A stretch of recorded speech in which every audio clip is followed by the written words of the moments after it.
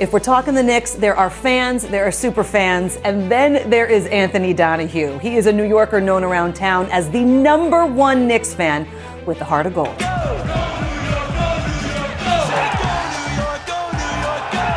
This is the ticket to the first ever Knicks game I went to. How did that ticket change your life? I told myself I was gonna be the biggest Knicks fan to ever walk the earth. Sorry, Spike. I just said to myself, one day I'm gonna get season tickets. I'm gonna be here every night. I'm gonna know everybody. And he does. Walking around the Garden with Anthony is like walking with royalty. Welcome to Madison Square Garden. He's even been dubbed the mayor of MSG. I've been to a lot of arenas and stadiums throughout the country, but there's nothing, and I mean nothing, like Madison Square Garden. I've had season tickets now for 17 years. I've been going all the time since I was 10.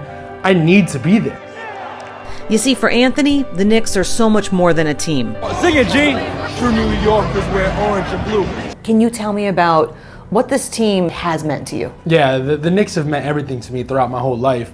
I grew up raised by my grandparents. I didn't know who my dad was. I didn't meet my dad till I was 17. My mom was, doing her thing, and no matter what I was going through in life, no matter what pain I was going through, I'd always think to myself, when's the next Knicks game? I love how much this team, they're ingrained in your life. We're in his apartment right now. This is, at first I thought, is this not a museum. It's not a museum. I thought this was a Knicks museum. My favorite Knicks of all time, Latrell Sprewell, Patrick Ewing. Everywhere you look, there is something Knicks related. There is also something Gianna related. Yeah. And G was born in 1999, just a few months after the last time the Knicks were in the finals, actually.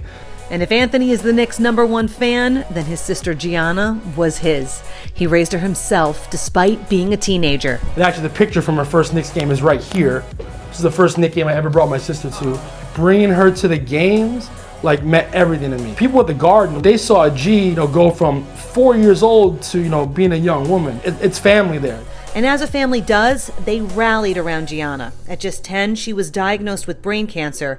The Knicks were there every step of the way. The Knicks actually sent this jersey. We had a hashtag called Win for Gianna, and people, they cared so much. I've been so inspired by you. We miss you here at the Garden. There's G on center court. This is a piece of the court the Knicks sent. But in 2019, things took a devastating turn. It goes to show you never know when life can just suddenly change. We took this photo, living life, happy as anything. 10 days later, we're in emergency brain surgery.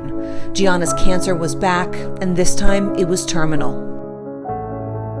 She wanted me to post her fight to let people know whatever you're going through, you're gonna be okay.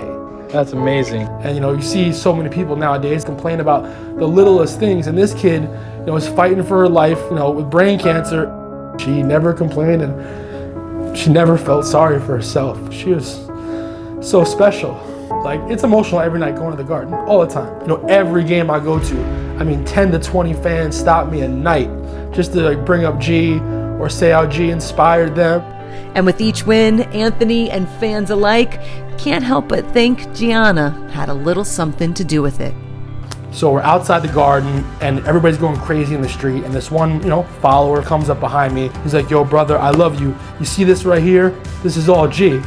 She made this happen. She did this for us. She lived 21 years and inspired people around the world. What do you think she would think about where you are now? To be honest, I know the answer. So this is the last birthday card she wrote me. So the last thing she wrote to me in this card was, love always, your biggest fan. So I know how she'd feel. She'd be so happy.